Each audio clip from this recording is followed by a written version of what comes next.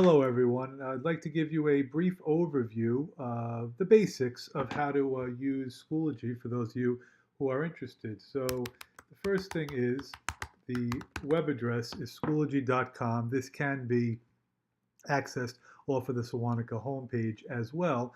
And everybody should have a username and password. If you don't, you could either contact myself, since I do have access to get everybody on there. For me, it's already going to log me in. And once you log in, you'll see your name up here in the top right corner. And when I click down here, there'll be some different settings that I will be able to go through with you later on if you'd like to change any of your information. Over here is where you'll see your courses. Now, I was told by the librarian at Cary High School that all of our courses, along with the students, will be automatically uploaded to our accounts. So this PD iPad Training, the basics, is exactly what it says. It's just a group that was created for different tools with the iPad. And then I created my course already just so that I can show you how to use some of the basics with Schoology. So when I click on my course, I set it up so that all 4 of my class periods are in the same thing. You can set it up separately if you like. This is just my preference. And what I did is I put 4 different periods, and then if you look down here, here are the different access codes for each class. So this is something that should already be set up for all of us. I don't know if it's going to be done the first day of school, but I will definitely keep you up to date on when this is going to happen. Now, if you ever need to get back to the home page, obviously, you can just click on that. And a lot of this stuff, this is really irrelevant for you, so don't worry about anything that appears here. For you, the most important thing to understand is that when you go to your course, you will be able to add all of these materials. Now, I have not done anything yet with my class. So the first thing you'll probably want to know is, how do I add an assignment? So when you click on Add Materials and you go to Add an Assignment, the first thing you can do is you can name your assignment. Now, I know some of you like to number all of your assignments. Others of you maybe just like to, whether it's a handout or watching something at home, textbook material, whatever works for you. So I'll just say, assignment number 1. And then what I like about this is you can type as much or as little as you'd like in the assignment. So, please watch the presidential debate and write down 3 observations. I know this is a little out of date, but first thing that came to mind.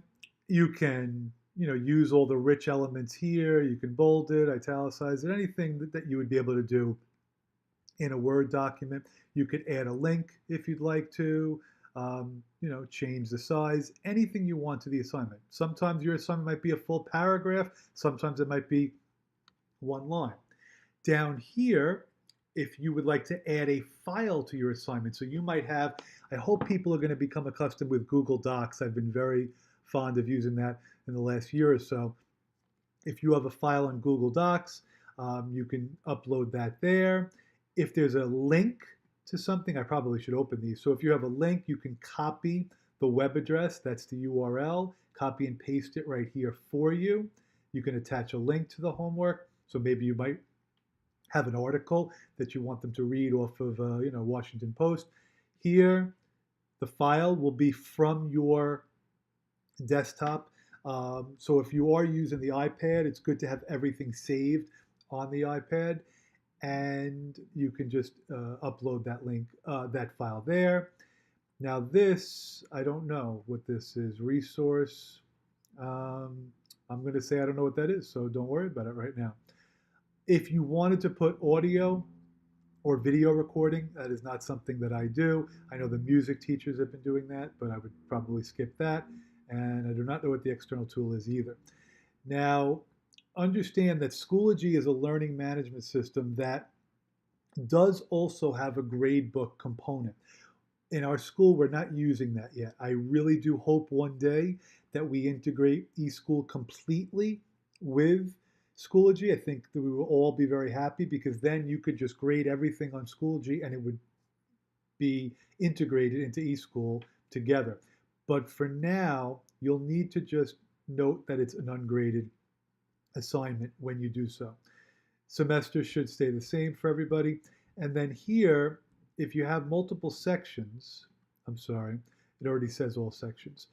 Here, if you wanted to just have all the sections have the same assignment, you would just click that.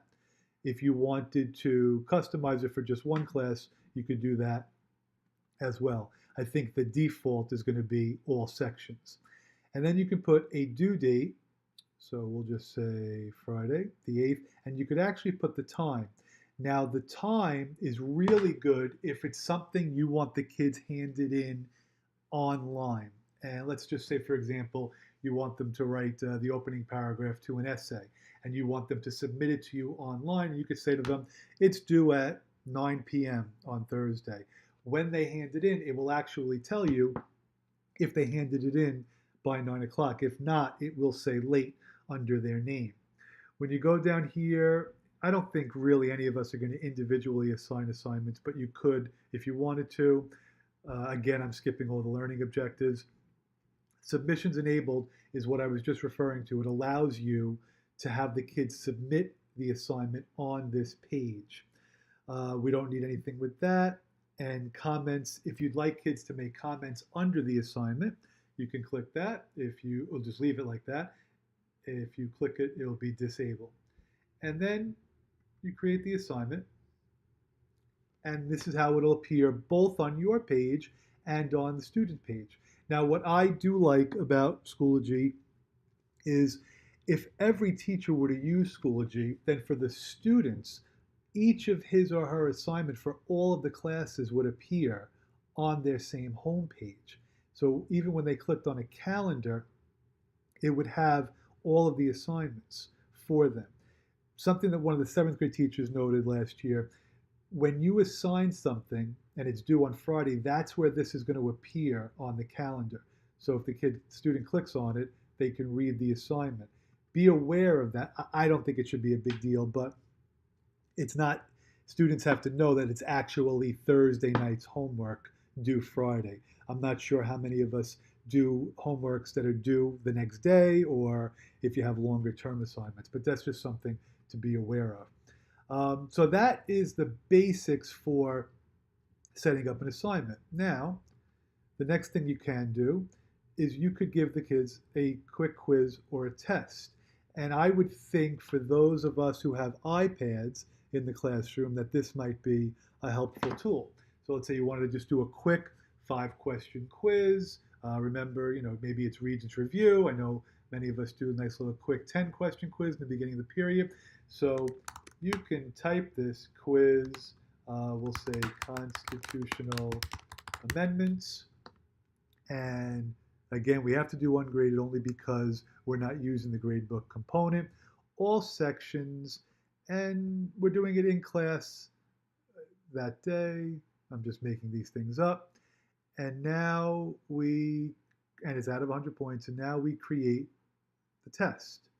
So once you get to the quiz or the test section, it'll say add question. You can make it a true-false question, multiple choice question. This is an interesting one. They have to put things in the correct order. As you can all read this, obviously. Short answer, you can do essay questions. Of course, then you're going to have to grade it yourself. Schoology doesn't do that for us yet. I will say yet. And you can change it up also. So I think for most of us, we would probably do multiple choice. And you would type the question here. You would add the choices here. Make sure that you do mark the correct answer over here. If you need to do a 5th choice, I don't think we do, but you could add one if you needed to. And make sure, so like let's say we're going to have a 10-question quiz. Make sure you put 10 points for each one. And you create the questions. And then what's really nice, I'm not going to do this now, but what's really nice is it grades it for you. So, and you can also, I'm sorry about that. The settings, this is actually very important. So, if you don't enable submissions, then of course students can't access the quiz. So you could enable it. You could enable it until a certain time period, from a certain time period. Time limit. So let's say we're in class and you want to give students maybe only 10 minutes to do so. Obviously, make sure that you don't do that for the people with extended time, but you can change that up. Attempts, so if it's an in-class one, obviously one time, but if you want them to do something for homework, they could have it numerous times. Randomize the order, speaks for itself. Um, and this is if you want the students to view it with the correct answers. So what's nice is that they can take the quiz in class. You could say yes with correct answers. As soon as they finish the quiz, have them, see their grade. So I've used this a couple of times. Obviously, it takes away the paper element of having to put a test in, and I think it's a great tool for us. Now, I apologize, but this is a component that I am not familiar with yet. You can import something. I just don't know. Yeah, import from Blackboard. We don't have Edmaster, so this is not something that we can use yet because I know people wish they could just import the test that they've had in the past. It'll give you a list of all your students in the results section, and I think that's about it for this. All right, so now I'm going to go back to my home page, and I'm going to go back to my course. And the next thing I'll show you is if you just want to add a file or a link. I use this when there's an article that I want students to read from homework. Very simple, self-explanatory. Click on the link, copy the web address, the URL here. You can give it a title, and it'll just come up as a link. So I probably could just do this right now. So for example, here's an article, The Left White Political Spectrum is Bogus. So I just copy the web address. I click on the link. I paste the web address there.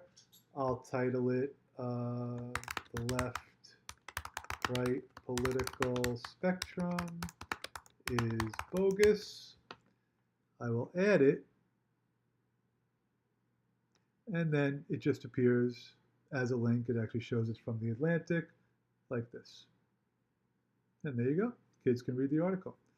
So that's a nice tool I think that people would be able to use. Also, just be aware on the side here, you can always edit any assignment, any link, any material. You can unpublish, do all these things. You can copy it to another course, delete it, whatever you need to do in that area. Okay, next, you could have a discussion. So those of you that are familiar with blogs, you could maybe put here a question like, I'm stumbling right now, should the or how about this? How should the United States deal with a nuclear North Korea?